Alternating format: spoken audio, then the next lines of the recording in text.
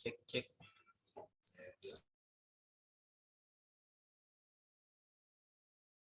cek cek suara masuk. Cek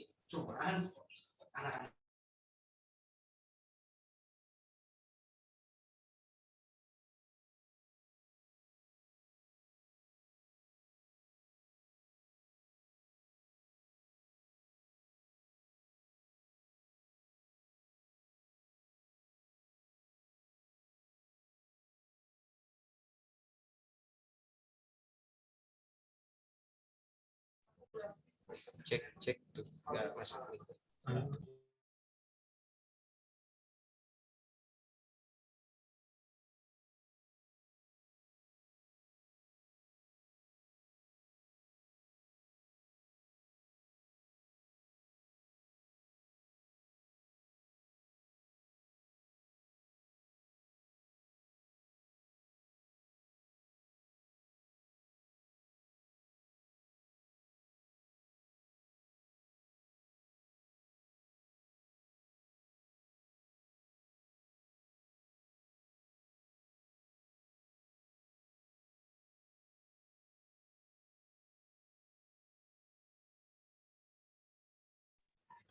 Cek cek cek cek.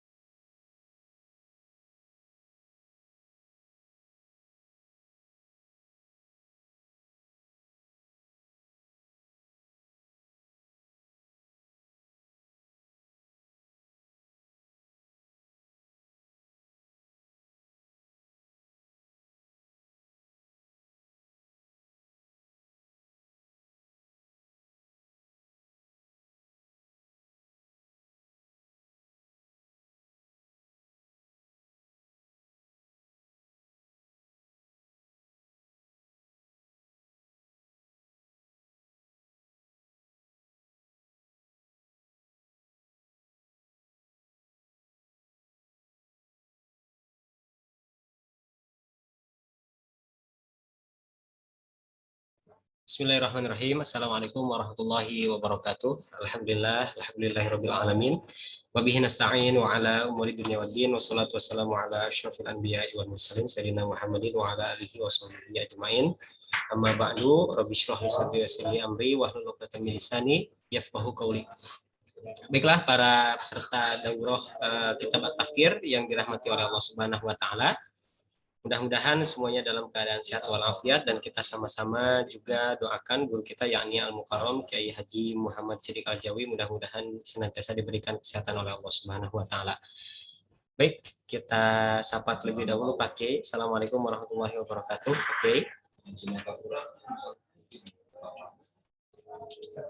Saya coba jadikan cewas Pak Kiai ya. Sudah Pak Kiai. Waalaikumsalam warahmatullahi wabarakatuh. Bagaimana kabarnya Pak Kiai? Sehat Pak Kiai? Alhamdulillah sehat. Alhamdulillah. Mudah-mudahan sehat selalu ya Pak Kiai ya. Alhamdulillah. Amin. Baik para jemaah sekalian, kita sama-sama doakan guru kita mudah-mudahan beliau senantiasa diberikan kesehatan oleh Allah Subhanahu wa taala dan juga mudah-mudahan setiap ilmu yang beliau berikan ini dapat menjadi pahala jariah tentunya ya. Amin ya Allah rabbal alamin. Dan untuk selanjutnya kita sama-sama buka terlebih dahulu majelis kita ini dengan melafadzkan al-basmalah. Bismillahirrahmanirrahim.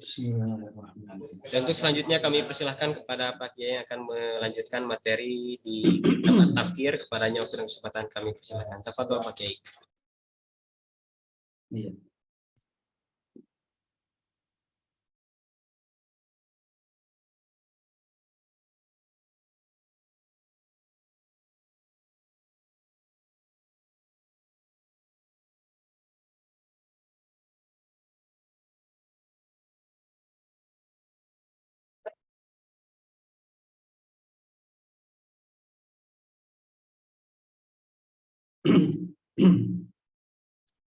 Baik, bismillahirrahmanirrahim. Alhamdulillahirabbil alamin.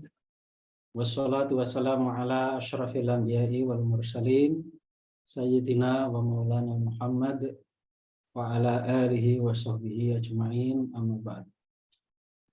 Ikhwan dan akhwat sekalian yang dirahmati Allah, Bapak-bapak, Ibu-ibu, peserta daurah kitab at-tafkir karya Imam Taqiyuddin An-Nabhani.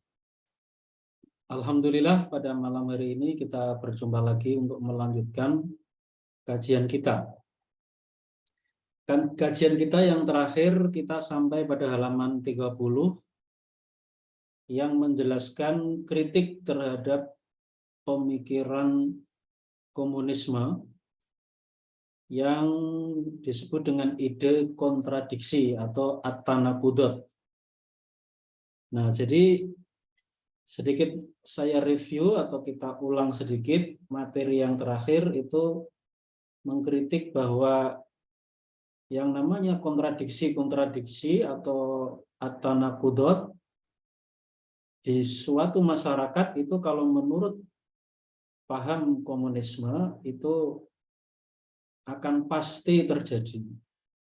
Nah, ketika terjadi kontradiksi itu maka itu akan menjadi jalan terbentuknya masyarakat yang baru. Sehingga ketika mereka meyakini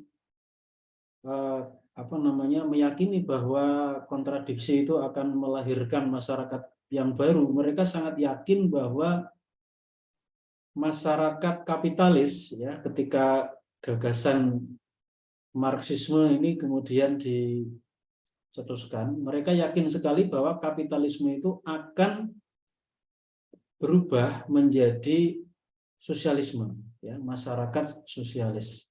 Dan mereka meyakini juga nanti kalau masyarakat sosialis sudah tercapai, masyarakat akan berubah lagi untuk terakhir kalinya kepada masyarakat komunisme atau masyarakat komunis. Jadi mereka menganggap terjadinya perubahan masyarakat itu sebagai sesuatu yang pasti, yang mutlak, ya. Padahal faktanya tidak. Jadi masyarakat Eropa sampai sekarang ya masih tetap berada pada bentuk masyarakat kapitalis, tidak bergeser atau berubah menjadi masyarakat sosialis, gitu ya. Nah, itu juga menjadi satu bukti kekeliruan pemikiran komunisme, ya khususnya Marxisme, yang meramalkan perubahan masyarakat itu berlangsung secara pasti, padahal Eropa ya masih kapitalis, ya, tidak berubah menjadi masyarakat sosialis. Nah, di sini mungkin kalimat terakhir dari kajian minggu lalu akan saya ulang sedikit supaya nanti nyambung dengan kajian yang ada pada malam hari ini, masih melanjutkan. Jadi di sini ya, ini kalimat ini akan kita mulai dari sini.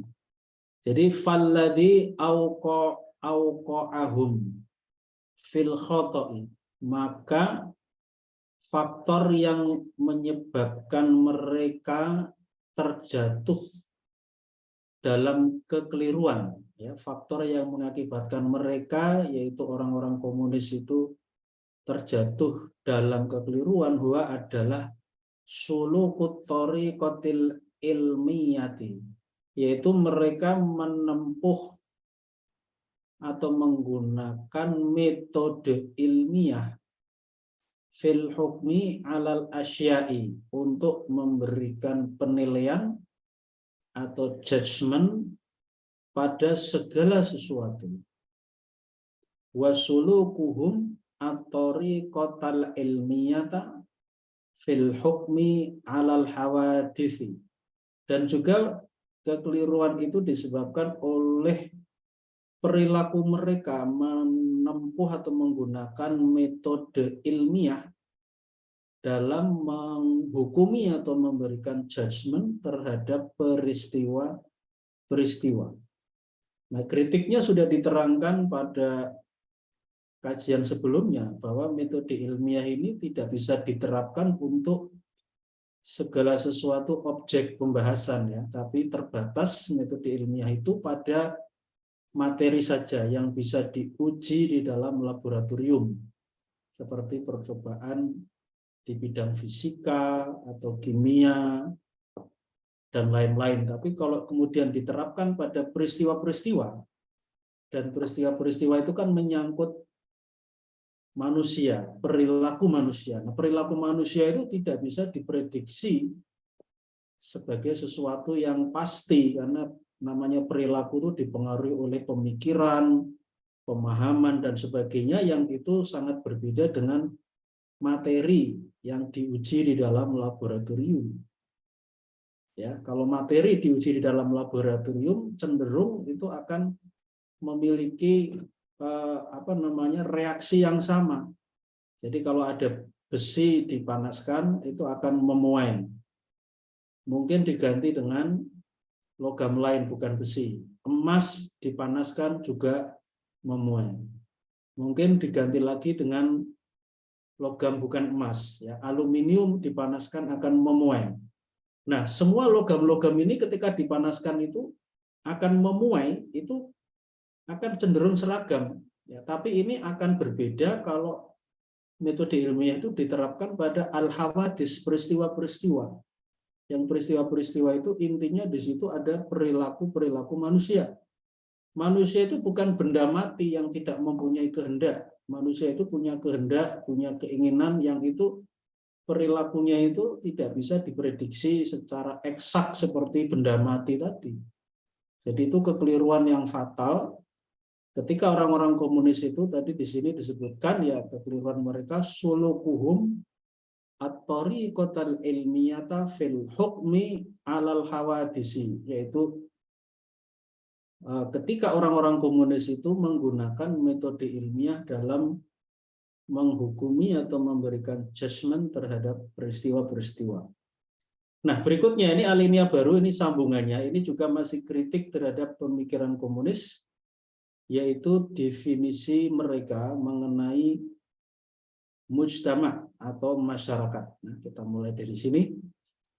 Wa fikratuhum anil mujtama'i, dan pemikiran mereka, yaitu pemikiran kaum komunis, anil mujtama'i, mengenai masyarakat, hiya anal mujtama'a mu'allafun, yaitu bahwasanya masyarakat itu mu'allafun, tersusun, minal wastil geografiyyi, tersusun dari kondisi geografis, wa min numuwis sukani, juga tersusun dari unsur namanya pertumbuhan penduduk wataka tufihim, dan saling kerjasama di antara penduduk itu, wamin uslubil intaji, dan juga tersusun masyarakat itu dari cara produksi. Jadi dari kondisi geografi, dari penduduk, kemudian dari cara produksi. Fal hayatul madiyatu fil mujtama'i. Jadi kehidupan material di dalam masyarakat, hiyallati, itulah yang tuhaddidu, menentukan, finihayati, pada akhirnya, hayatul mujtama'i. Jadi kehidupan material ya di dalam satu masyarakat itulah yang akhirnya menentukan hayatul mujtama'i, bentuk masyarakat, wa afkarohu, kemudian pemikiran-pemikiran yang ada di masyarakat, wa ara'ahu, opini-opini yang ada di masyarakat, wa awdha'ahu siyasiyatu, dan juga yang akan menentukan kondisi-kondisi politik suatu masyarakat. Jadi semuanya ditentukan dengan al-hayatul madiyah, kehidupan material, ya. Wa bima annal hayatal madiyata inama yu'athiru fiha uslubul intaji, fayakunu uslubul intaji huwa alladhi yu'athiru fil mujtama'i. Wa bima annal hayatal madiyata, dan dikarenakan kehidupan material itu, innama yu'athiru fiha uslubul intaji, ya, dikarenakan kehidupan material itu yang mempengaruhinya itu adalah cara produksi. Fayakunu uslubul intaji, maka cara produksi itulah huwallazi yu'athiru fil mujtama. Jadi cara produksi itulah yang berpengaruh di dalam masyarakat.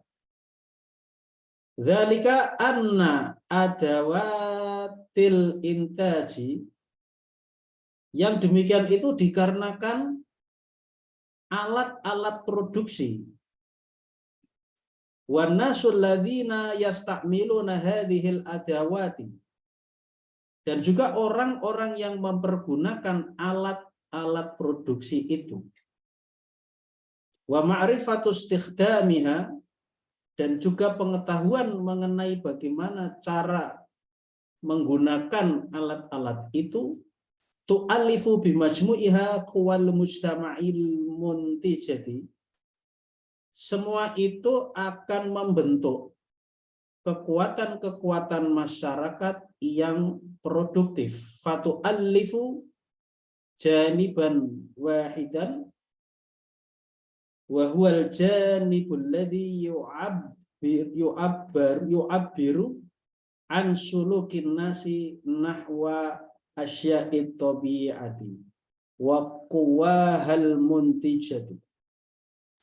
Jadi semua itu tuh artinya tadi ya, alat-alat produksi, manusia yang menggunakannya, kemudian pengetahuan mengenai cara penggunaan alat-alat produksi itu, semuanya akan membentuk quwal mustama'il muntijata, salah ya tadi, bukan muntijati, muntijata. Semuanya akan membentuk kekuatan-kekuatan masyarakat yang produktif. Fatu'allifu janiban wahidan, maka semua itu akan membentuk satu sisi, wa huwal janibul ladzi yu'abbiru an sulukin nas, yaitu sisi yang mengungkapkan mengenai perilaku masyarakat, nahwa asya'it tabi'ati, terhadap segala sesuatu yang ada di alam, wa quwahal muntijati, dan kekuatan-kekuatan alam yang produktif. Amal janibul akharu fahuwa alaqatun nasi fima bainahum athna'a sayril intaji. Kemudian akan terbentuk segi lain dari hal-hal yang disebut tadi, yaitu alat produksi, cara penggunaannya, dan orang-orang yang menggunakannya akan membentuk segi yang lain, fahuwa, yaitu alaqatun nasi fima bainahum, yaitu interaksi masyarakat di antara mereka asna'a sairil intaji, pada saat berlangsungnya produksi. Wahada khotoun, ini keliru. Fa'inal mujtama'a, kenapa keliru? Karena sesungguhnya sebuah masyarakat, wan nasu, itu adalah manusia, wa ma bainahum min alaqatin, dan apa yang ada di antara mereka yang berupa interaksi. Bighaddin nadhari an adawatil intaji, tanpa melihat alat-alat produksi yang ada. Bal bighaddin nadhari an wujudi adawati intajin au adami wujudiha. Bahkan tidak melihat mengenai adanya alat-alat produksi atau tiadanya alat-alat produksi itu. Li'anna alladhi yujidul alaqati, karena yang menimbulkan interaksi bainahum, di antara mereka, huwal maslahatu, adalah kemaslahatan atau kepentingan. Wahya la tuqarriruha adawatul intaji, dan kepentingan itu tidaklah ditentukan oleh alat-alat produksi. Wa innama tuqarriruhal afkarul lati yahmilunaha. Tetapi kemaslahatan atau kepentingan itu ditentukan oleh pemikiran-pemikiran yang diemban atau yang diyakini oleh masyarakat, an isba'il hajati, mengenai bagaimana memuaskan kebutuhan-kebutuhan, allati yuriduna isba'aha, yang mereka ingin memuaskan kebutuhan itu. Walladhi aujadal khoto'a, dan yang membuat terjadinya khoto' atau kekeliruan, huwa annahum ro'aul mujtama'a, dan yang membuat munculnya kekeliruan, kekeliruan pemikiran komunisme tadi tentang definisi masyarakat, huwa annahum, yaitu mereka itu ro'aul mujtama'a, mereka melihat suatu masyarakat kama yarawunal maddata fil mukhtabari, karena mereka melihat masyarakat sebagaimana mereka melihat materi di laboratorium. Fasoru yuhawiluna bahsa ma yarawnahu min anasira tadbiqan lin nadhariyatihim. Fasoru, maka kemudian jadilah mereka itu mencoba, yuhawiluna, mencoba mengkaji, ma yarawnahu min anasir, apa yang mereka lihat, min anasir, yaitu dari unsur-unsur sebuah masyarakat tadi, tadbiqan lin nadhariyatihim, dalam rangka untuk menerapkan teori mereka. Wa akhadhu yutabbiquna ma yahsulu fil madati 'alan nasi wa 'alaqatihim.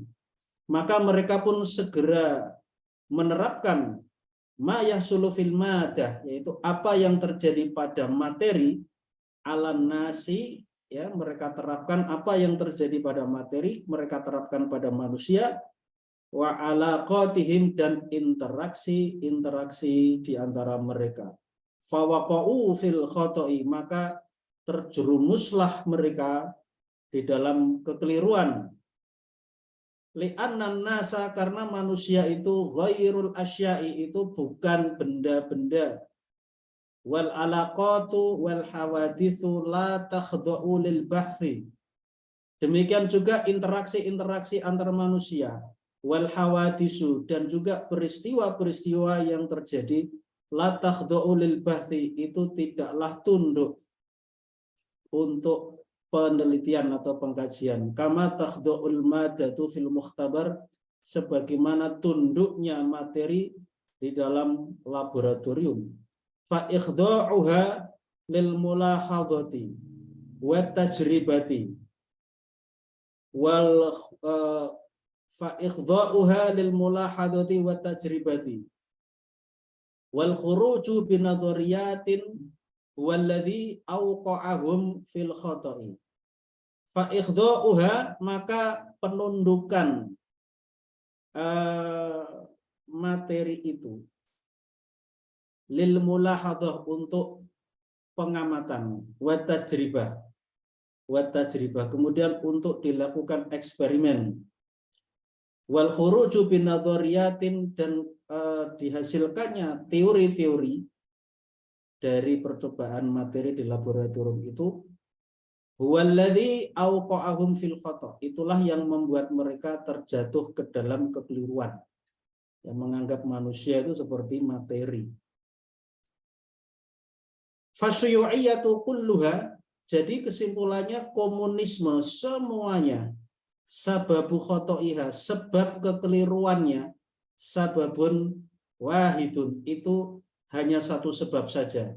Huwa sulukuha at-tariqatal ilmiyah, yaitu mereka menempuh metode ilmiah fil hawadisi wal alaqati, yaitu mereka menggunakan metode ilmiah untuk meneliti peristiwa-peristiwa dan interaksi-interaksi di antara manusia.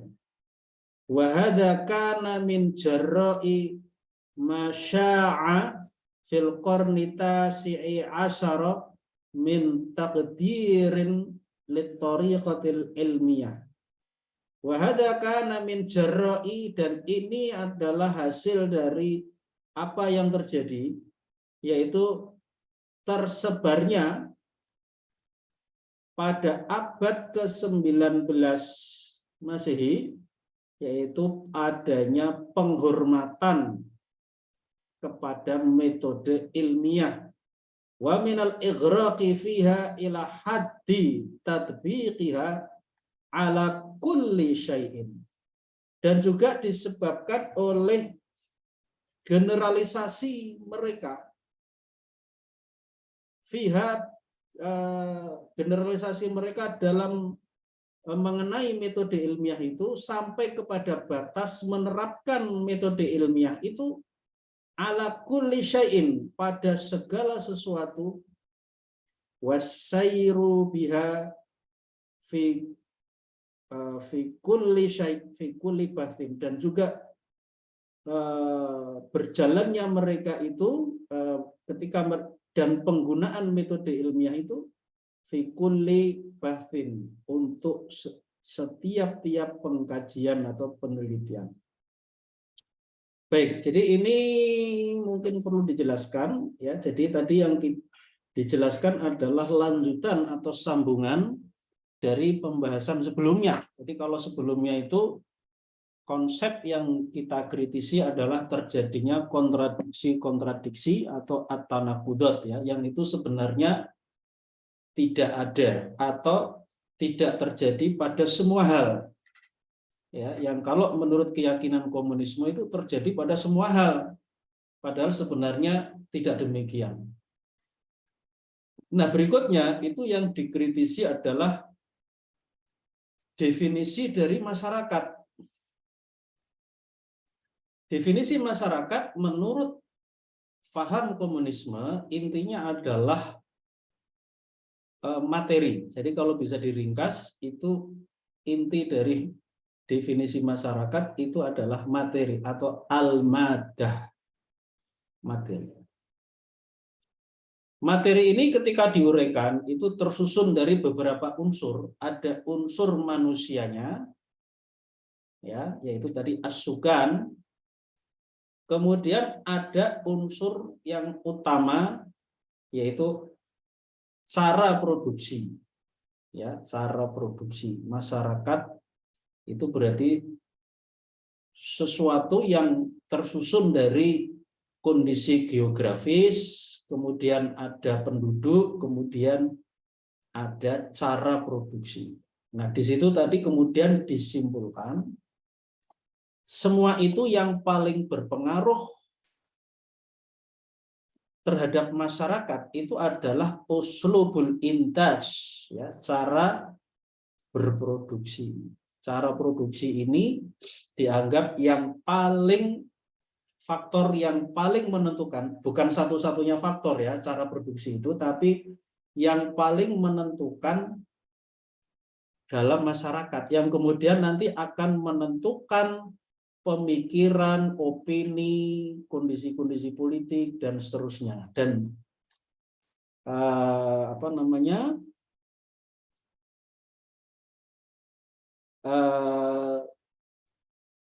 kalau kita lihat teori ini, ya, kalau kita lihat di dalam buku-buku yang menjelaskan tentang Marxisme itu begini. Jadi mereka itu menganggap masyarakat tersusun dari dua unsur utama, yaitu yang pertama itu disebut struktur bawah, kemudian ada struktur atas. Jadi masyarakat itu ada yang struktur bawah, ada struktur atas. Nah, struktur bawah itu adalah materi tadi.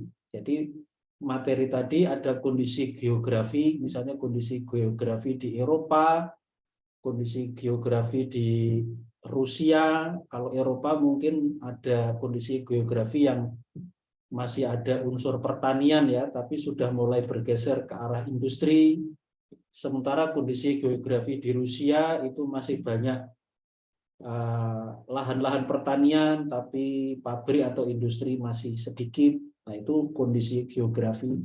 Termasuk juga alat produksinya itu dianggap juga berbeda antara masyarakat di Eropa dengan Rusia. Misalnya kalau di Eropa kan sudah mengalami proses industrialisasi. Jadi masyarakat di Eropa ketika gagasan Marxisme ini disusun, alat produksinya itu ya berupa pabrik-pabrik, ya, pabrik-pabrik atau mesin-mesin modern yang merupakan penemuan dari revolusi industri. Misalnya mesin-mesin uap, ya, mesin-mesin cetak dan seterusnya, itulah alat-alat produksi. Nah, itu dianggap sebagai struktur bawah, ya. Materi ini tersusun dari kondisi geografi, manusianya, termasuk cara produksi. Nah, ini cara produksi ini berbeda antara Eropa tadi yang sudah mengalami proses industrialisasi dengan masyarakat di Rusia ketika misalnya Lenin itu berhasil meruntuhkan kekaisaran di Rusia, lalu dia mendirikan Uni Soviet. Ini agak berbeda ya. Jadi cara produksinya masih cara produksi pertanian atau masyarakat agraris ya, sehingga ini dianggap berbeda. Nah, jadi masyarakat ini menurut komunisme ini ada struktur bawah yang berupa materi tadi dengan unsur-unsurnya, yang ini nanti akan mendasari struktur atas. Nah, struktur atas itu adalah tadi pemikiran-pemikiran, opini-opini, kemudian situasi-situasi atau kondisi-kondisi politik. Ini disebut struktur atas. Nah, struktur bawah ini yang materi ini dianggap penentu dari bagaimana struktur atas. Nah, struktur atas ini termasuk pemikiran-pemikiran, pendapat-pendapat, kemudian situasi dan kondisi politik. Ini adalah struktur atas yang ini semuanya dipengaruhi oleh struktur bawah tadi. Ya, jadi kalau teman-teman nanti membaca buku-buku kiri atau buku-buku komunisme itu, teori ini akan ada ya, pembahasan bahwa masyarakat itu ada struktur bawah atau basis yang itu merupakan materi yang kemudian nanti akan menghasilkan struktur atas yang berupa pemikiran. Ya. Nah, ini sebelum dijelaskan kritiknya yang ada di sini, sebenarnya ini juga menjadi sesuatu yang mengingatkan kita mengenai bagaimana definisi berpikir menurut komunisme. Jadi kalau berpikir itu atau pemikiran menurut komunisme itu adalah hasil refleksi dari materi itu ke dalam otak. Ya, jadi kalau sesuatu yang ada di dalam otak atau pemikiran itu pasti refleksi atau pencerminan dari materi itu. Jadi ini sebenarnya ketika mereka membuat struktur masyarakat itu terdiri dari dua bagian tadi, yang struktur bawah itu yang berupa materi dan khususnya adalah uslubul intas atau the mode of production kalau dalam bahasa Inggris, itu mereka yakini akan menentukan struktur atas berupa pemikiran, ide, ya, termasuk pemikiran atau ide itu contohnya gini, yaitu bagaimana sistem politiknya, bagaimana sistem ekonominya, bagaimana sistem pendidikannya, macam-macam. Jadi berbagai pengaturan ya, pemikiran mengenai berbagai bidang kehidupan, bagaimana politiknya, bagaimana perekonomiannya, semua ide-ide ini dianggap cermin atau refleksi dari kondisi material yang merupakan struktur bawah. Nah, ini tadi sudah diterangkan oleh Imam Taqiyuddin An-Nabhani. Hadza khoto, ini adalah keliru. Jadi definisi masyarakat yang seperti ini adalah keliru. Kenapa? Karena sebenarnya yang namanya masyarakat itu tidak tersusun seperti konsep dalam komunisme, ada struktur bawah yang merupakan materi yang kemudian menghasilkan struktur atas yang berupa pemikiran-pemikiran atau konsep-konsep. Ya, tidak seperti itu, tapi masyarakat itu adalah sekumpulan manusia yang berinteraksi secara permanen disebabkan oleh sebuah kepentingan atau kemaslahatan. Nah, teman-teman mungkin akan ingat bagaimana Imam Taqiyuddin An-Nabhani itu salah satu pemikirannya itu adalah definisi masyarakat, di samping definisi akal ya. Beliau mendefinisikan akal, tapi beliau juga mendefinisikan masyarakat, bahwa masyarakat itu bukan sekedar sekumpulan manusia seperti orang yang serombongan orang naik kapal bareng-bareng gitu ya, atau serombongan orang naik bis bareng-bareng ya. Tetapi tidak hanya sekumpulan manusia, tapi sekumpulan manusia yang berinteraksi secara permanen ya, untuk mewujudkan sebuah kemaslahatan atau kepentingan, baik kepentingan dalam bidang ekonomi misalnya berdagang, atau kepentingan dalam politik misalnya melaksanakan pemilu, atau kepentingan-kepentingan yang lain. Jadi masyarakat itu kumpulan orang-orang yang itu ada interaksi ya, saling bicara, saling komunikasi, yang berusaha untuk mewujudkan suatu kemaslahatan. Nah, di sini memang tidak diuraikan, tetapi di kitab-kitab lain itu Imam Taqiyuddin An-Nabhani itu menerangkan begini, kenapa sebuah masyarakat itu adalah kumpulan orang yang berinteraksi terus-menerus dan berusaha mewujudkan kemaslahatan atau kepentingan. Kenapa kok bisa terwujud itu?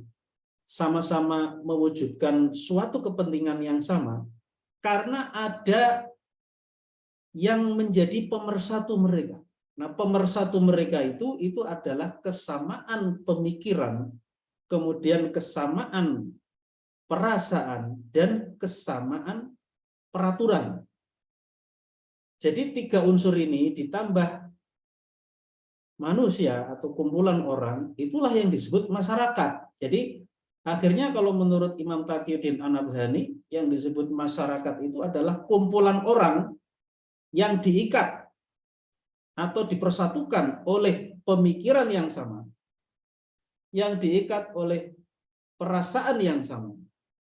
Pemikiran, perasaan, dan yang ketiga itu adalah peraturan yang sama, yang mereka karena ada kesamaan tadi, orang-orang itu ada kesamaan pemikiran, kemudian perasaan, dan peraturan, itu akhirnya mereka berinteraksi untuk mewujudkan suatu kepentingan bersama. Itulah yang disebut dengan masyarakat. Jadi akhirnya unsur-unsur masyarakat yang dirumuskan oleh Imam Taqiyuddin An-Nabhani tadi ada 4 unsur ya. Pertama, masyarakat itu unsurnya orang atau ada manusianya. Yang kedua adalah ada pemikiran yang sama. Ketiga, satu orang, kedua pemikiran yang sama, kemudian perasaan yang sama. Apa yang disukai dan yang dibenci itu sama. Jadi tidak ada perbedaan. Kalau ada perbedaan tentu nggak ada interaksi. Kalau nggak ada interaksi nggak ada masyarakat ya. Jadi apa yang dibenci dan disukai itu sama perasaannya. Nah, yang terakhir ada kesamaan peraturan. Ini unsur yang keempat. Jadi ada orang, pemikiran, perasaan, dan peraturan. Nah, ketika unsur-unsur masyarakat ini terbentuk, disitulah kemudian Imam Taqiyuddin An-Nabhani membandingkan definisi masyarakat beliau ini dengan definisi masyarakat menurut paham komunis. Kalau komunisme itu kan yang namanya alat-alat produksi itu menjadi unsur penentu dari masyarakat, karena alat produksi itu kan materi itu menjadi struktur bawah itu nanti menentukan struktur atas. Nah, ini enggak ada. Jadi sebenarnya masyarakat itu tidak ditentukan oleh alat produksi. Misalnya kalau dulu masyarakat agraris, alat produksinya misalnya cangkul, atau misalnya sapi untuk menarik bajak di sawah, ya, membajak sawah. Itu kan alat-alat produksi dalam pertanian. Itu yang menentukan masyarakat itu bukan alat-alatnya itu atau cara produksinya. Begitu juga ketika di masyarakat itu sudah mengalami industrialisasi, banyak pabrik-pabrik, kemudian mesin-mesin, mesin uap, mesin cetak dan sebagainya. Bukan itu yang menentukan sebuah masyarakat. Itu adalah benda. Yang benda itu tidak memiliki pengaruh apa-apa terhadap pemikiran manusia. Jadi yang membentuk masyarakat itu tidak ada hubungannya dengan alat-alat produksi yang dipakai, tetapi yang membentuk sebuah masyarakat itu adalah interaksi tadi. Interaksi di antara manusia untuk mewujudkan suatu kepentingan yang itu terjadi karena ada kesamaan pemikiran, kemudian kesamaan perasaan, dan kesamaan peraturan. Jadi masyarakat itu ditentukan oleh itu, oleh pemikiran, kemudian yang kedua perasaan, dan peraturan. Tidak ditentukan oleh alat produksi yang ada di masyarakat. Apakah itu sawah misalnya, atau alat-alat pertanian, juga tidak ditentukan oleh alat produksi di masa kapitalis misalnya, pabrik itu bukan yang menentukan masyarakat. Ya. Nah, jadi ini kritikan. Jadi gini, kalau teman-teman pernah membaca kitab-kitab Imam Taqiyuddin An-Nabhani itu salah satunya itu adalah tentang definisi masyarakat. Nah, mungkin ketika kita membaca, kenapa sih kok beliau itu mendefinisikan pemikiran, masyarakat, kenapa kok beliau itu mendefinisikan akal? Mungkin konteksnya itu belum kita pahami, gitu ya. Kenapa? Nah, di dalam kitab tafsir ini, kita ini akan dijelaskan kenapa sih beliau itu menerangkan definisi akal. Ternyata definisi akal yang beliau rumuskan itu tidak sekedar mencari kebenaran, ya, tidak sekedar berusaha menjelaskan akal semata-mata, tapi merupakan kritik terhadap definisi akal yang keliru dalam sosialisme. Demikian juga ketika beliau mendefinisikan masyarakat di dalam kitab-kitab beliau. Mungkin awalnya kita tidak tahu konteksnya, ini apa latar belakangnya. Tetapi di dalam kitab tafsir ini kita akan paham bahwa beliau mendefinisikan masyarakat, yaitu manusia yang melakukan interaksi secara terus-menerus yang diikat oleh kesamaan pemikiran, perasaan, dan peraturan tadi.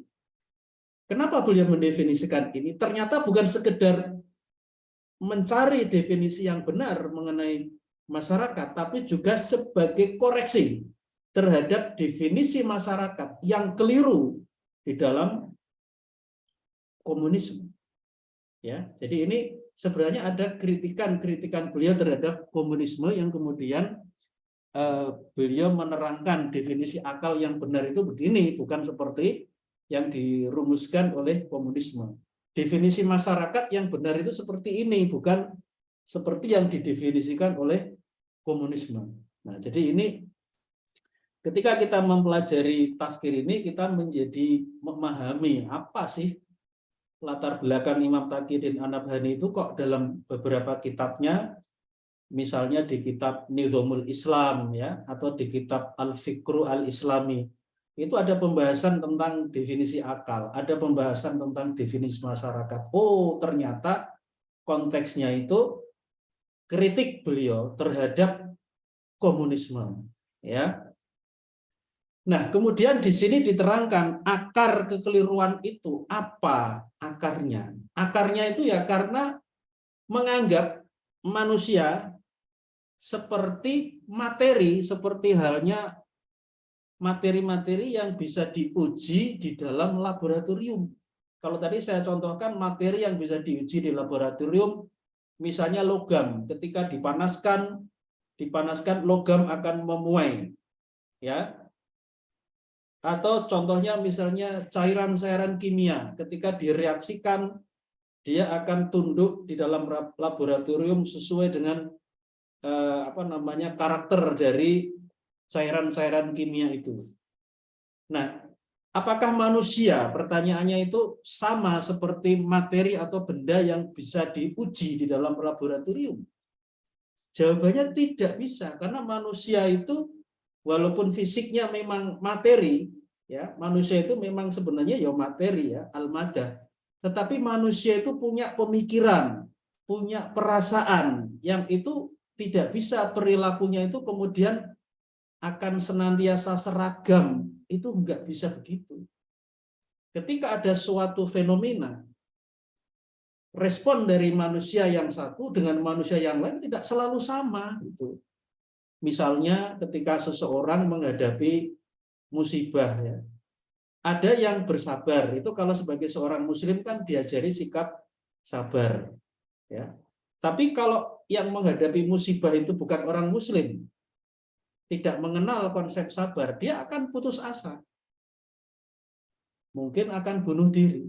Nah, jadi ini perilaku manusia itu tidak bisa seragam. Ketika ada dua orang misalnya diberi perlakuan yang sama, ada musibah yang sama, ada, kalau sekarang kan ada musibah krisis ekonomi, krisis energi di Eropa, itu akan dihadapi secara berbeda antara orang Islam dengan orang-orang yang non-Islam.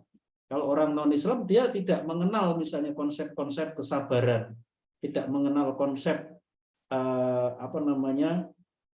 tawakal.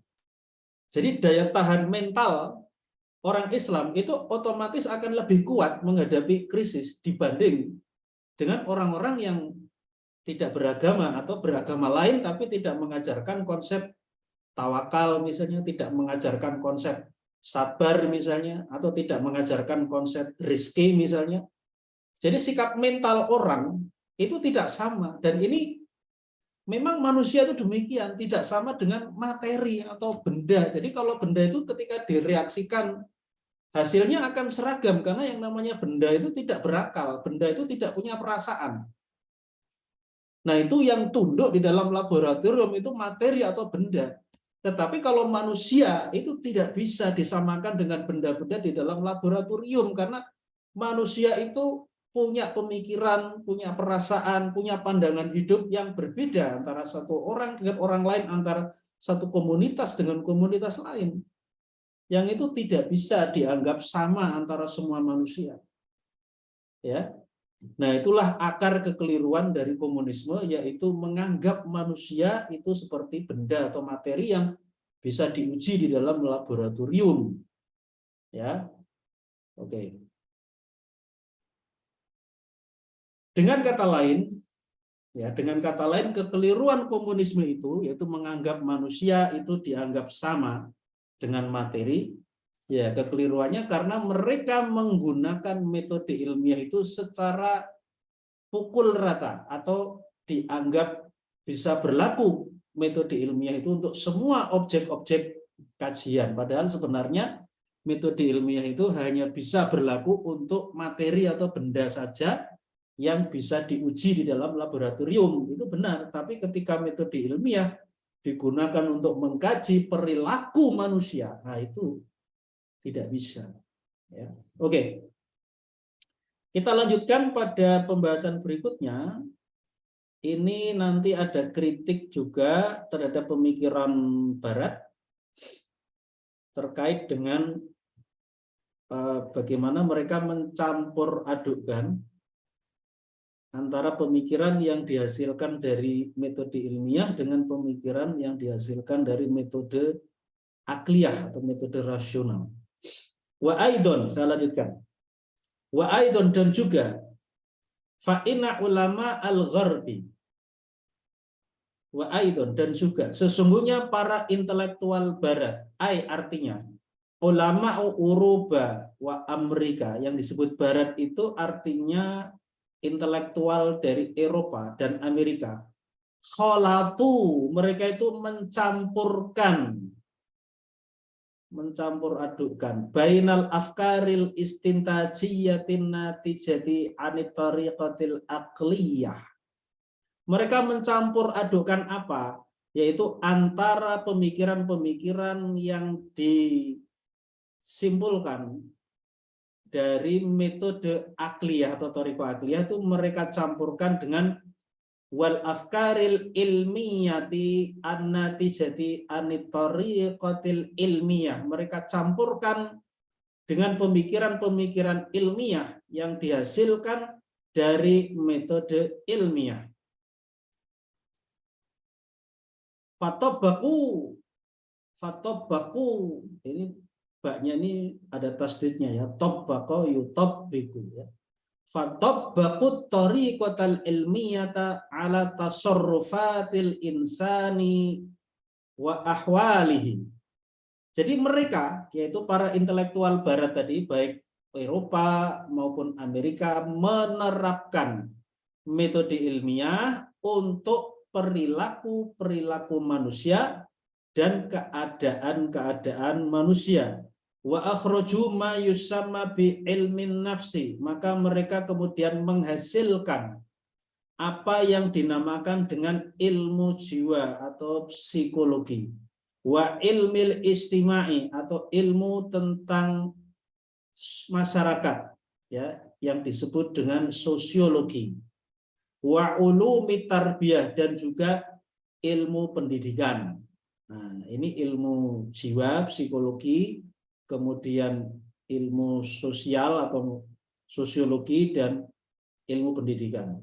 Fakanat natijatu dzalika hadzal khata'ul barizu fima yusamma bi ilmin nafsi wa ilmil istimai wa ulumi tarbiyah. Fakanat natijatu dzalika, maka sebagai hasil dari yang demikian itu, hasil dari apa? Hasil dari pencampur adukan tadi. Ada ilmu yang menjadi produk metode ilmiah, ada yang dihasilkan dari metode akliyah. Jadi metode ilmiah itu menghasilkan ilmunya atau pemikiran, itu metode ilmiah. Nah, metode akliyah ini juga menghasilkan pemikiran, tapi ini yang harusnya tidak dicampur adukkan nih hasil-hasil dari dua metode yang berbeda itu. Nah, jadi hasil dari pencampuran itu adalah hadzal khata'ul baris, yaitu adanya kekeliruan yang sangat menonjol fima yusamma, pada apa yang dinamakan bi ilmin nafsi, dengan ilmu jiwa atau psikologi, wa ilmil istima, ilmu sosiologi, wa ulumi tarbiyah, dan ilmu pendidikan. Innahum ya'tabiruna ma yusamma ilman nafsi ilman. Mereka, orang-orang barat tadi, dari intelektual Eropa dan Amerika menganggap apa yang dinamakan dengan ilmu jiwa atau psikologi itu sebagai sains, sebagai ilmu pengetahuan alam atau sains ya. Wa ya'tabiruna afkaruhu afkaron ilmiyah, dan mereka menganggap pemikiran-pemikiran dalam ilmu jiwa itu sebagai pemikiran-pemikiran ilmiah, yaitu pemikiran yang dihasilkan dari metode ilmiah. Li'annaha, karena pemikiran-pemikiran ini ja'at bina'an ala mulahadhatin, karena pemikiran-pemikiran ini ya dari ilmu yang ada dalam ilmu jiwa ya. Ja'at itu datang atau muncul bina'an ala mulahadhatin, karena pemikiran dalam ilmu jiwa itu muncul didasarkan pada mulahadhatin, pengamatan-pengamatan atau observasi-observasi jaro tatabuha alal atfali, yang berlangsung ya, pengamatan-pengamatan yang berlangsung penelusurannya itu alal atfali pada anak-anak fi dzurufin mukhtalifatin, di dalam kondisi-kondisi yang berbeda-beda, wa a'marin mukhtalifatin, dan pada umur atau usia yang berbeda-beda. Fasammu takrara hadhil mulahadhati tajaruba. Fasamu, maka kemudian mereka menamakan takror atau perulang-ulangan.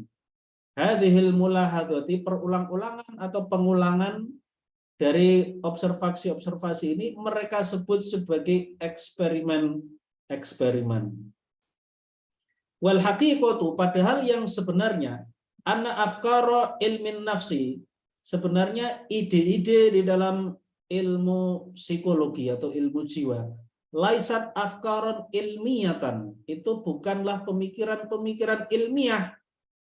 Wa innamah ya afkarun akliyatun, melainkan itu adalah pemikiran-pemikiran akliyah atau rasional. Li'anna tajarubal ilmiyata, karena yang disebut dengan percobaan-percobaan ilmiah itu hiya, tiada lain adalah ikhdha'ul madati lidzurufin wa awamila ghairi dzurufiha wa awamilihal asliyah.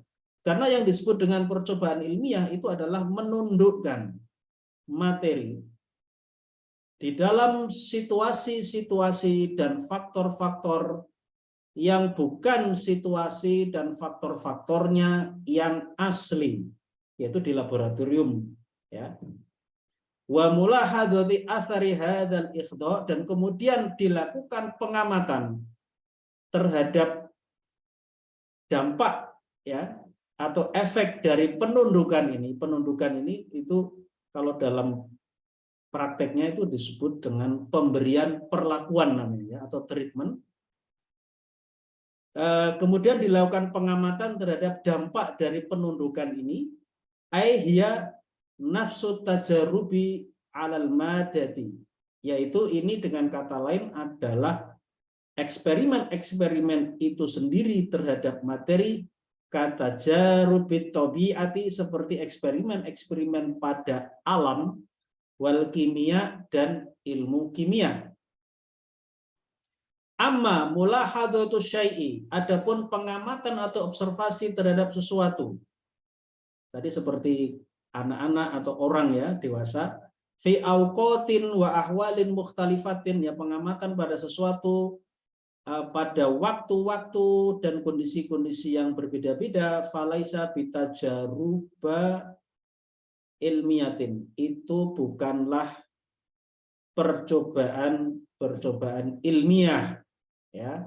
Wa alaihi, maka dari itu, fa inna mulahadhatat tifli, sesungguhnya pengamatan terhadap anak ya sebagai objek penelitian, fi ahwalin mukhtalifatin wa fi a'marin mukhtalifatin, pengamatan pada anak-anak dalam kondisi-kondisi yang berbeda-beda, pada umur atau usia yang berbeda-beda, la yadkhulu fi bahsi tajarubil ilmiah, itu tidak termasuk ke dalam penelitian di dalam percobaan ilmiah. fala yu'tabaru thariqatan ilmiyatan, maka itu tidak dianggap sebagai metode ilmiah. Wa innama huwa mulahadzatun wa takrarun lil mulahadzati wastintajun fahasbu. Tetapi itu hanyalah mulahadzatun, pengamatan, wa takrarun, dan perulang-ulangan lil mulahadzati, terhadap observasi tadi, dan kemudian istintaj, ya, penarikan kesimpulan, fahasbu saja. Fahuwa, maka itu sebenarnya thariqatun akliyatun. Jadi yang disebut dengan pengamatan, ya, dalam ilmu psikologi itu sebenarnya adalah metode rasional atau akliyah. Walaisat ilmiatan, bukan metode ilmiah. Fakana minal khoto'i i'tibaruhu afkaron ilmiyatan. Maka merupakan kekeliruan kalau ada anggapan bahwa pemikiran dalam ilmu psikologi itu adalah pemikiran-pemikiran ilmiah. Wa kana hadzal khata'u natijan 'anil khata'il fahishi fi tatbiqit tariqatil ilmiyati 'alal insani. Wa kana hadzal khata', jadi kekeliruan ini natijan, itu dihasilkan 'anil khata'il fahish, dari kekeliruan yang fatal, fi tatbiqit tariqatil ilmiyah, yaitu kekeliruan fatal dalam penerapan metode ilmiah alal insani, untuk manusia. Li'anna tariqatal ilmiyata ahammu ma fiha huwa at-tajribatu. Karena metode ilmiah itu yang terpenting yang ada di dalamnya itu adalah percobaan atau at-tajribah atau eksperimen. Wa hadhihi la tata'atta illa fil madati, dan ini tidaklah ada kecuali pada materi. Li'annaha hiyallati takhda'u lil ikhtibari fil mukhtabari, karena hanya materi itulah yang tunduk di dalam percobaan di dalam laboratorium. Wal mulahadatu laisat mulahadatan li af'alin aw li asya'a fi dzurufin mukhtalifatin, dan pengamatan yang ada di dalam ilmu psikologi itu, pengamatan yang ada di dalam laboratoriumnya itu bukanlah pengamatan terhadap perbuatan-perbuatan manusia, bukan juga pengamatan terhadap segala sesuatu fi dzurufin mukhtalifatin, pada kondisi-kondisi yang berbeda-beda, bal mulahadzatul madati nafsiha wa mulahadzati dzurufi wal awamilil asliyati wallati akhda'at laha. Melainkan di dalam metode ilmiah itu yang ada adalah pengamatan terhadap materi itu sendiri dan pengamatan terhadap kondisi-kondisi dan faktor-faktor aslinya dan kondisi dan faktor-faktor yang ditundukkan, ya, artinya yang mengalami perlakuan atau treatment. Wal istintaju innama yahsulu min hadhil mulahadati bidzati la mujarrada mulahadatin. Wal istintaj, dan penarikan kesimpulan atau konklusi di dalam metode ilmiah, innama yahsulu min hadhil mulahadati, itu dihasilkan, ya, hanyalah dihasilkan dari pengamatan-pengamatan ini, la mujarrada mulahadatin, bukan dari semata-mata pengamatan. Lidzalika, oleh karena itu, fa inna tatbiqat tariqatil ilmiah, maka dari itu sesungguhnya penerapan metode ilmiah ala ghairi hadzal wajhi bidzat, penerapan metode ilmiah untuk selain materi itu, ay ala ghairil madati wa ikhdaiha, yaitu penerapan metode ilmiah pada selain materi dan penundukan materi, khotoun fahishun, itu adalah kekeliruan yang fatal, yu'addi ila akhta'in fahishatin, yang akan membawa kepada kekeliruan-kekeliruan yang fatal pula, wa ilastintajatin khotiatin, dan juga akan membawa kepada penarikan kesimpulan yang juga salah. Wa hadza ma hasala ma'a ulama'il gharbi fi al-abhathil aqliyatil lati saru biha ala tariqatil ilmiyati wa'tabaruha ilman wa afkaron ilmiyatan. Wa hadza ma hasala, inilah yang telah terjadi ma'a ulama'il gharbi pada para ilmuwan barat fil abhathil aqliyati, pada pembahasan-pembahasan akliyah atau rasional, alatisaru biha ala tariqatil ilmiyah, yang mereka lakukan pembahasan akliyah ini, tetapi mereka lakukan mengikuti metode ilmiah, wa'tabaruha ilman wa afkaron ilmiyatan, dan mereka menganggapnya kajian-kajian akliyah tadi sebagai sains atau sebagai ide-ide ilmiah. Fawaqa'u fil khata'il fahishi, maka terjatuhlah mereka dalam kekeliruan yang fatal, alladzi taraddu fihi, yang mereka terjerumus ke dalamnya. Wal amthilatu ala khata'ihim katsiratun wa mawjudatun fi kulli fikratin min afkarihim wa fi kulli bahthin min abhathihim. Wal amthilatu, dan contoh-contoh ala khotoihim, mengenai kekeliruan mereka, yaitu para intelektual barat tadi, Eropa dan Amerika, katsirotun, contohnya itu banyak sekali, wa maujudatun, dan ada, fi kulli fikrotin, pada setiap-tiap ide, min afkarihim, dari ide-ide mereka, wa fi kulli bahthin min abhathihim, dan pada setiap kajian atau penelitian dari penelitian-penelitian mereka. Qasul insana alal asya'il lati tubhatsu, mereka telah mengkiaskan atau menganalogikan atau menyamakan manusia dengan benda-benda yang diteliti di laboratorium. Fakharaju binata ija balighatil khata'i, maka kemudian mereka menghasilkan kesimpulan-kesimpulan yang sangat salah. Wa yakfi li idrakil khata'i, wa yakfi li idrakil khata'i an nakhudha fikratan wahidatan wa hiya fikratul gharaizi wa nubayyinu wajhal khata'i fiha.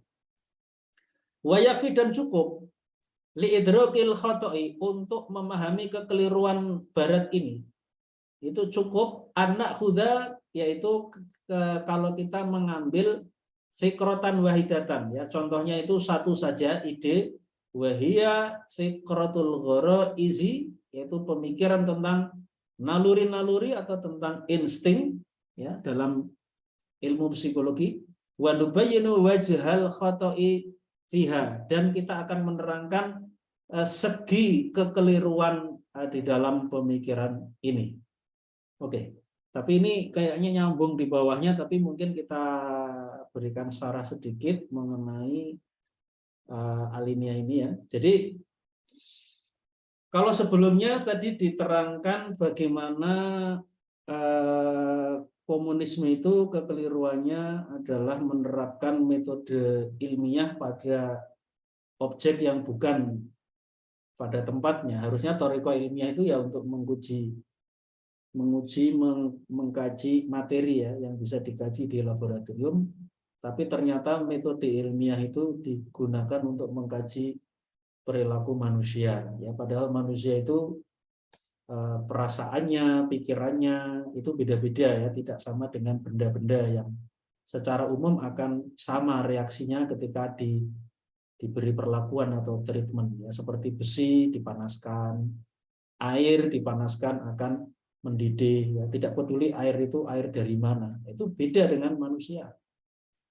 Nah, kemudian pada alinea yang berikutnya tadi diterangkan, ada kekeliruan lain di samping penerapan metode ilmiah yang diterapkan pada segala objek kajian, ya, yaitu mereka, para intelektual barat dari Eropa dan Amerika itu mencampur adukkan dua metode dan dua hasil dari metode masing-masing. Jadi seharusnya tidak dicampur adukkan, tapi ini kemudian dimix, atau dalam bahasa kita itu dioplos, ya, antara pemikiran yang dihasilkan dari thoriqah ilmiah atau metode ilmiah itu menghasilkan satu pemikiran, dicampur adukkan dengan pemikiran yang dihasilkan dari thoriqah ilmiah. Jadi antara thoriqah akliyah, hasil dari thoriqah akliyah dicampur dengan hasil dari thoriqah ilmiah. Jadi antara metode rasional dengan metode ilmiah itu outputnya yang mestinya itu sendiri-sendiri ya, tidak dicampur adukan, dicampur adukan. Nah, di sini yang dijelaskan itu nanti, ini masih bersambung soalnya ya, ini belum selesai kan. Contohnya nanti ada tentang pembahasan tentang ghoriza atau naluri. Tapi yang dicontohkan di sini nanti ini mungkin yang pertama itu ilmu jiwa atau psikologi, kemudian nanti contoh berikutnya itu termasuk yang nanti ghoriza itu ilmu jiwa ya. Nah, tapi di sini disebut ada 3 ya, yaitu ada 3 bidang ilmu atau disiplin ilmu yang ini sebenarnya isinya itu campur aduk antara pemikiran hasil metode ilmiah dengan pemikiran hasil metode rasional, itu campur aduk, yaitu ada 3 disiplin ilmu: psikologi, sosiologi, dan ilmu pendidikan. Nah, kenapa di sini disebut sebagai pemikiran yang campur aduk? Ya, jadi ikhtilat tadi ya, mencampur adukkan 2 metode yang itu sebenarnya hasilnya berbeda. Di sini tuh dicontohkan bagaimana dalam kajian mereka dalam ilmu psikologi atau ilmu sosiologi itu ketika mereka mengamati masyarakat ya, contohnya tadi mengamati anak-anak, mungkin pengamatan terhadap perilaku mereka di berbagai tempat, di berbagai umur ya, diteliti yang namanya orang-orang itu. Lalu mereka kemudian mengambil kesimpulan. Nah, ini kemudian kesimpulan ini dianggap sebagai sesuatu yang general, yang berlaku umum sebagaimana dalam pemikiran-pemikiran ilmiah atau sains ya, hasil dari metode ilmiah. Nah, ini kekeliruannya adalah menyamakan antara manusia ya, dengan benda-benda yang ada di dalam laboratorium. Ya, jadi itu kekeliruannya sebenarnya tadi sudah saya jelaskan. Di sini diberikan contoh pengamatan, diberi penegasan itu contohnya ya dalam 3 disiplin ilmu itu, yaitu dalam psikologi, kemudian dalam sosiologi, dan juga di dalam ilmu pendidikan. Jadi hasil-hasil dari 3 disiplin ilmu itu akhirnya dianggap sebagai sesuatu yang general gitu ya. Wah, itu fatal sekali. Mungkin saya kasih contoh yang lebih konkret ya. Dalam ilmu psikologi itu ada suatu teori yang namanya psikoanalisis yang digagas oleh Sigmund Freud. Tulisannya Freud, tapi itu ilmuwan psikologi dari Perancis. Tulisannya Sigmund Freud, tapi bacanya Sigmund Freud. Itu dia mempunyai teori namanya psikoanalisis. Nah, dia itu melakukan pengamatan terhadap perilaku seksual banyak orang. Ya. Perilaku seksual dari banyak orang. Lalu dia itu mengambil sebuah kesimpulan bahwa ternyata semua kegiatan apapun dari manusia, apakah dia menjadi dokter, menjadi tani, atau menjadi profesi apapun, itu tujuannya itu nanti hanya satu, yaitu untuk mendapatkan kepuasan seksual. Jadi itu dianggap sebagai sesuatu yang paling top ya, tujuan yang paling tinggi dari manusia itu, walaupun orang itu pekerjaannya macam-macam, itu sebenarnya hasrat mereka itu nanti akan memuncak pada satu tujuan, yaitu pemuasan nafsu seksual. Nah, itu kesimpulan yang sebenarnya diambil oleh Sigmund Freud. Tentunya dia melakukan pengamatan itu tidak di seluruh dunia, kan nggak mungkin. Dia itu mengamatinya di negara barat, khususnya di Perancis di mana dia hidup. Di Perancis dia mengamati orang-orang itu, oh ternyata mereka itu walaupun bermacam-macam pekerjaannya, problemnya, tapi mereka sebenarnya menginginkan pemuasan nafsu seksual, dan itu dianggap satu energi terbesar, ya. Hasrat seksual itu dianggap energi terbesar yang menggerakkan orang itu melakukan berbagai macam kegiatan. Itu sebenarnya tidak benar kan, karena yang diamati oleh Sigmund Freud itu kan hanya di negara Eropa gitu, dan itu terbatas di Prancis saja. Dan itu tentu tidak bisa digeneralisasikan pada semua manusia di muka bumi ini. Apakah semua manusia itu kemudian melakukan aktivitas itu untuk memuaskan kebutuhan seksual? Kan enggak. Kita itu misalnya melakukan jual beli, melakukan ibadah sholat, melakukan umroh ya kalau kita orang Islam. Apakah semuanya itu bertujuan untuk memuaskan kebutuhan seksual? Kan enggak juga lah. Jadi itu berarti ada kekeliruan ketika menerapkan ketika mereka mengkaji orang-orang yang diteliti oleh Sigmund Freud, itu kemudian dia membuat teori yang sifatnya umum. Dan ada satu pemahaman yang kemudian sangat berbahaya, yang kemudian juga oleh Imam Taqiyuddin Arabani juga dikritik itu ya, pemikiran Sigmund Freud itu, bahwa Sigmund Freud itu mengatakan bahwa hasrat seksual tadi itu tidak boleh dihalang-halangi, tidak boleh tidak boleh dicegah ya untuk dipuaskan. Sebab kalau dicegah itu nanti justru akan menimbulkan aspek kejiwaan orang itu menjadi tidak normal. Ya, supaya orang itu terbebas dari kondisi kejiwaan, stres dan sebagainya, maka hasrat seksual mereka itu harus dipuaskan.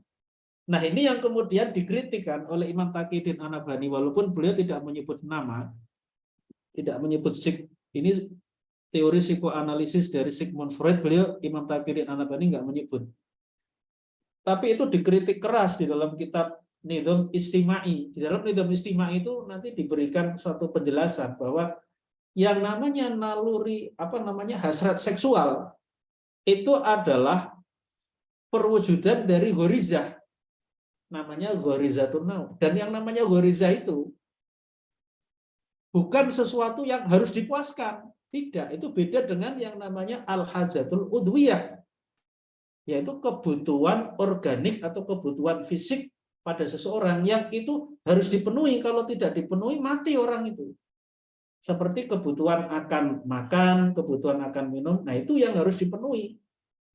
Tapi kalau hasrat seksual sebagai perwujudan dari ghorizatun naum itu tidak harus dipenuhi. Kalau tidak dipenuhi, orang tuh nggak mati. Mungkin hanya stres, tapi bisa dialihkan, bisa dipindahkan keresahan itu pada kondisi-kondisi yang lain. Nah, itu kan dikritik di dalam kitab Nidham Istimai. Sebenarnya itu kalau kita mempelajari teori psikoanalisa dari Sigmund Freud, itu Imam Taqiyuddin Anabani itu mengkritik sebenarnya teori psikoanalisis dari Sigmund Freud.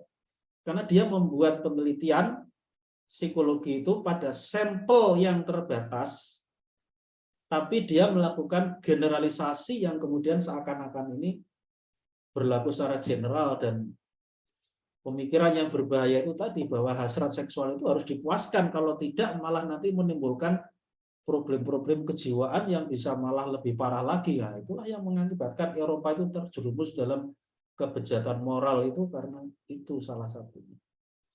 Nah, saya kira itu ya, nanti mungkin kita akan melanjutkan lagi karena ini belum selesai. Ya, nanti kita akan lanjut karena ini tadi dikasih clue.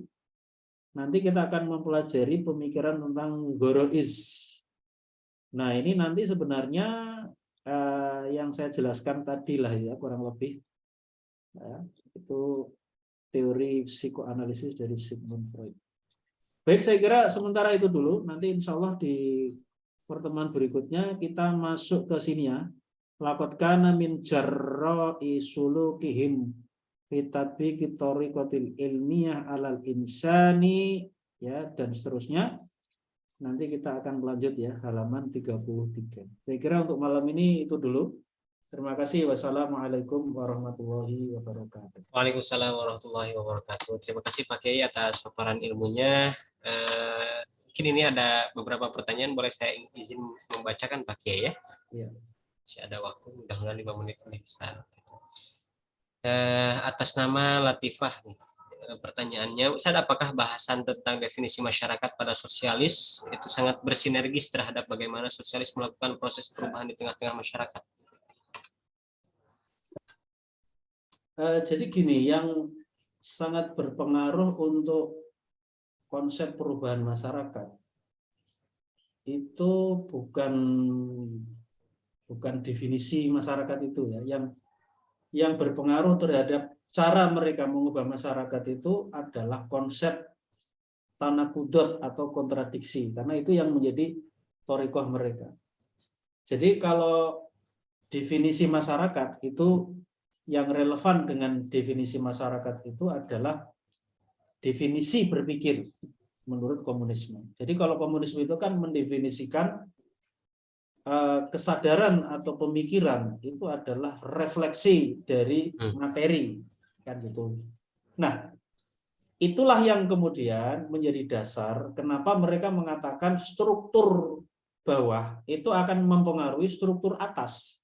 Struktur bawah itulah materi yang itu tadi dideskripsikan lebih detail. Struktur bawah itu adalah masyarakat yang tersusun dari manusia, kemudian ada kondisi geografis, ada alat produksi. Tapi intinya itu adalah materi. Dan materi ini mempengaruhi pikiran. Nah, jadi ini yang relevan dengan definisi masyarakat ini adalah relevansinya dengan definisi berpikir menurut komunisme. Jadi tidak ada relevansi secara langsung dengan metode mereka dalam perubahan masyarakat. Yang relevan dengan perubahan masyarakat itu bukan definisi masyarakat menurut mereka, tapi konsep yang dinamakan dengan kontradiksi tadi, ya, atau bahasa Arabnya itu at-tanaqudh. Kita seringkali akan melihat kenapa sih orang-orang kiri itu selalu membentur-benturkan antara apa yang dinamakan dengan borjuis dan proletar. Borjuis itu ya wujudnya, konkretnya sekarang itu yang disebut dengan oligarki itu. Itulah sekarang itu disebut dengan oligarki.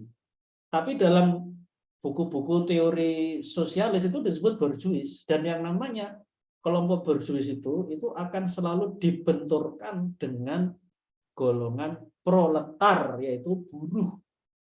Jadi itu kalau orang-orang kiri itu selalu berusaha membenturkan antara buruh dengan golongan proletar, antara buruh dengan para industrialis, para kapitalis, itu selalu berusaha ada upaya-upaya untuk membenturkan ini.